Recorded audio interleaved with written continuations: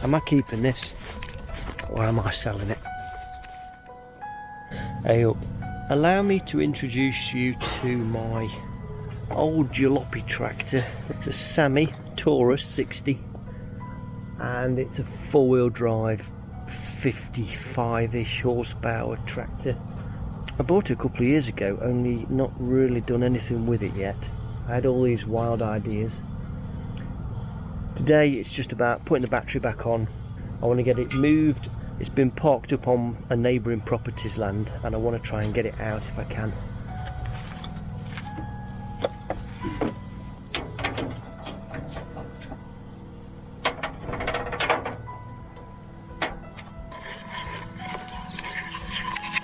The wiring on this thing isn't great. We've got that one snapped on me the other day, so I've got to replace that thing first.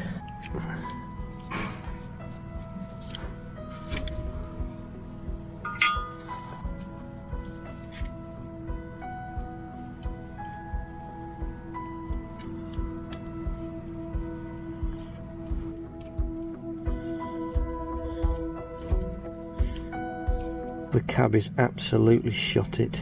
I can't believe it hasn't just exploded into a pile of dust. And then the PTO is not functioning correctly. There's a lever that's seized in the cab, so that's another little job. The wiring isn't very good. It has had some sort of reasonable service history. I've got some records of some odd bits being done, so it's not a complete basket case. It's a rough old thing, I know that. It's whether do I sell it as it is, try and recoup some money back, forget the whole idea of having a bigger tractor.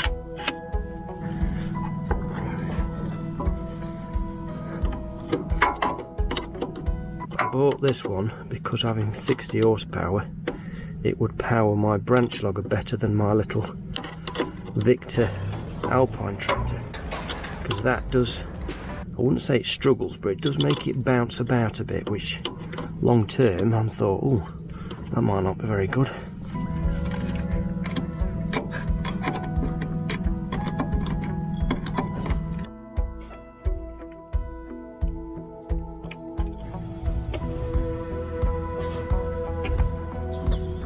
Got lights.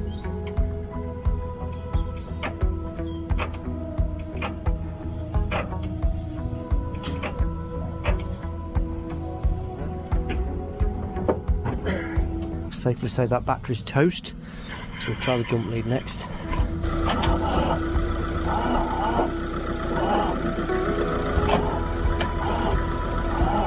We'll leave that for a few minutes because that's struggling to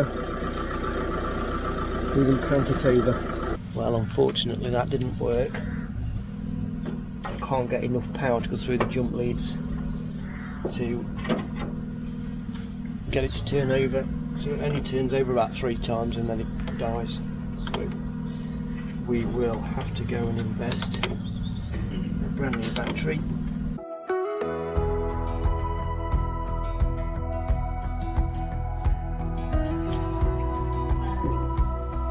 Brand new battery.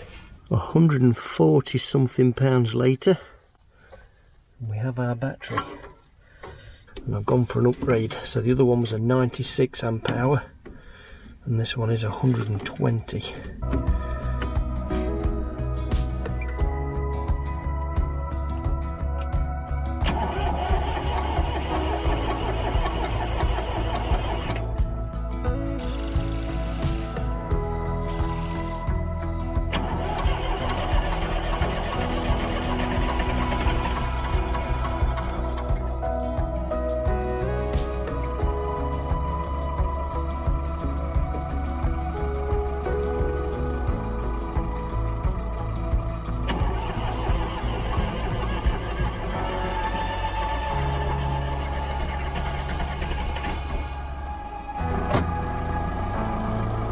Not really noticed it before, but when you turn the light on, the fuel light's on. I was convinced that it got diesel in it, and I now think we're out of diesel, so I'm going to go and get some diesel for it.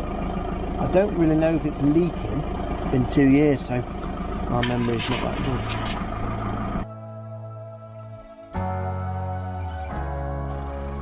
good. pour a couple of gallons of diesel in it, and diesel light is still on, which means 2 gallon has made no difference whatsoever, and I'm now worried that I've ran all the pipes dry, so I've got to prime it as well. So I think today it's just going really, really badly.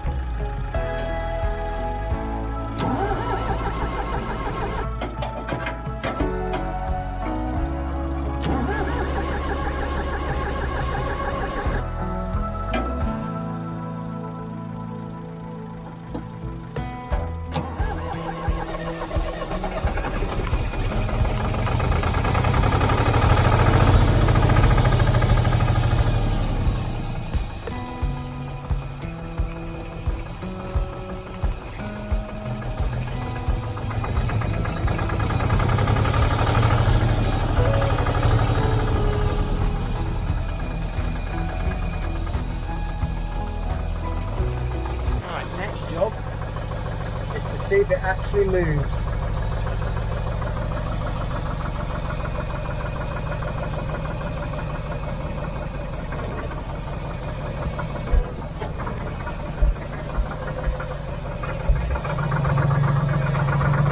Moving.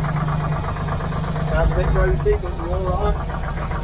Just alright to run out of diesel again. Otherwise I'm going to have to abandon it wherever it sits. Back to him some more diesel. It's got 2 gallon in, so you'd hope that would get me up the lane.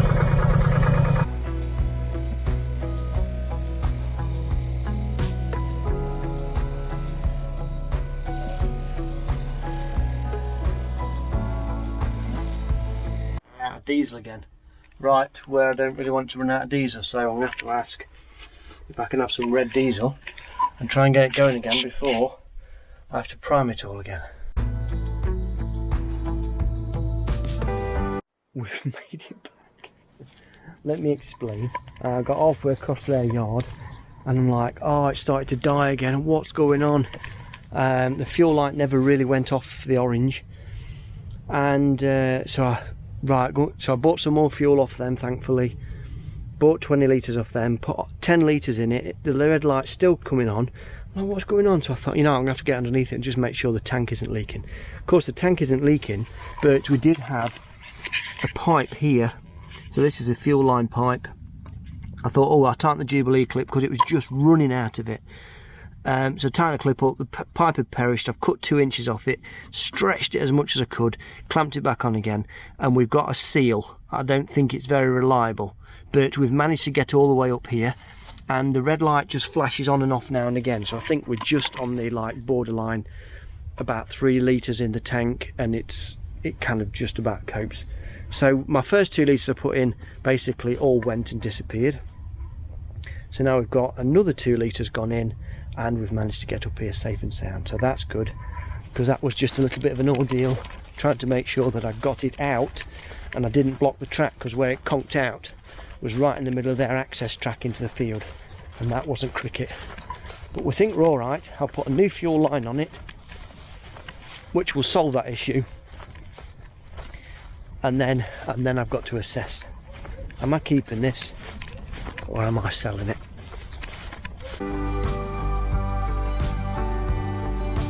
So just had 5 minutes. Lurking in the back of the van was a piece of braided fuel line to replace the manky bit of rubber hose that was all perished on the end. So I'm just going to cable tie this up out of the way. We've got it on at this end, and we've got it on just near the tank end, just up where you see that, just up there. Don't look at the state of the rust. I've just come underneath it to have a quick look round with a light to see how bad it really is. So I haven't got a torch, so I'm going to use my drill to have a quick gander underneath to see what the state of play is on the rot. So that's that, is it? That there, I think, is the seized PTO linkage, I assume. that's probably neutral then, that's it, my fingers. Right, that's the PTO, so that lever works. I've just got to get non-seize that lot, which is a very interesting arrangement. If it wasn't for the cab, the rest of it doesn't really look too bad. Okay, that's rusty.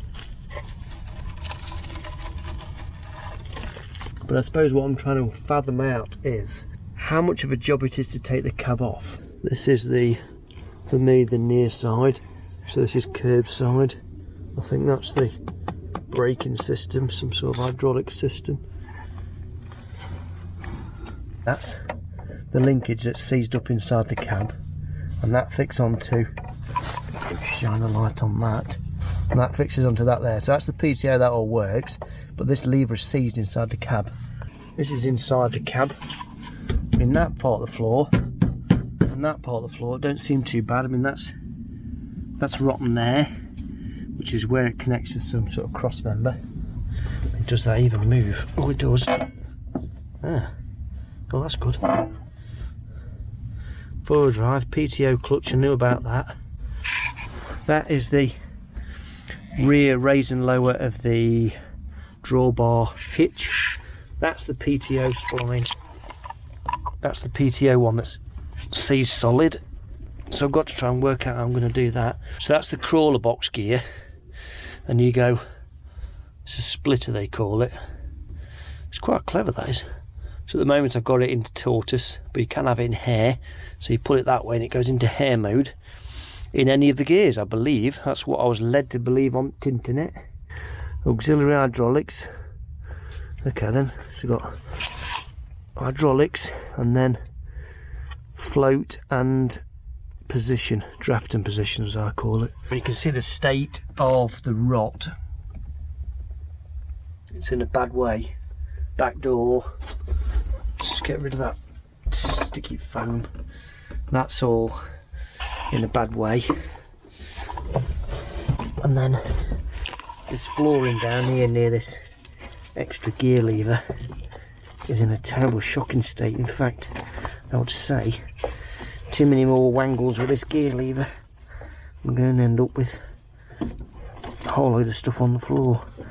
The top half of the cab, so all this glass work and the roof and everything else, is unboltable. It's all just bolted down to the inner wings, and so it would leave the fuel tank, the seat and the dashboard in situ, and then all of this, and I think all of that surround and the doors and everything would all come off.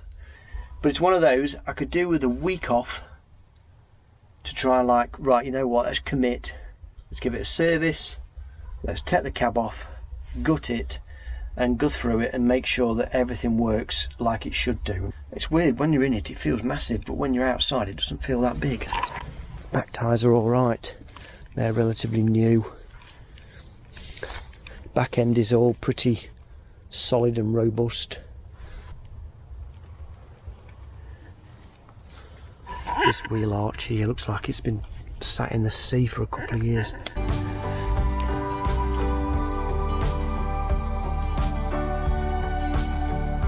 I didn't film this bit the other day, but I took down the roof lining, which really is only a few self-tapping screws. I had this crazy idea that maybe if the cab top was took off, I could actually lower the floor and have it more of one of the old-fashioned tractors where you have the transmission tunnel in the middle, and you'll sit the whole lot lower. However, I mean, that's quite a lot of work. It means lowering the mud guards. It means altering, well, having a new flooring completely. It means altering all the clutch and brake pedals. It also means altering these somehow and having a new area for those. And it also means altering the height of the steering wheel. So me and my wild ideas just might not work. I'm just going to take off some more bits and pieces, get the headlining out, store that away, and just take the fixtures out that I've took off and just put them in some sort of plastic tub to save them. Next job is possibly get that fan thing down just to get it out of the way. There you go. That's the Sammy Taurus 60 Export. So if you know anything about these tractors, or you can give me any advice whatsoever other than what I've got from Barry on Facebook, by all means write in the comments, because I'd love to know more about these machines. It's done about 5,500 hours. It's an air-cooled 3-cylinder diesel with about 55-ish horsepower, I believe. Any suggestions or recommendations on what to do with the state of the cab and the wings and the floor pan?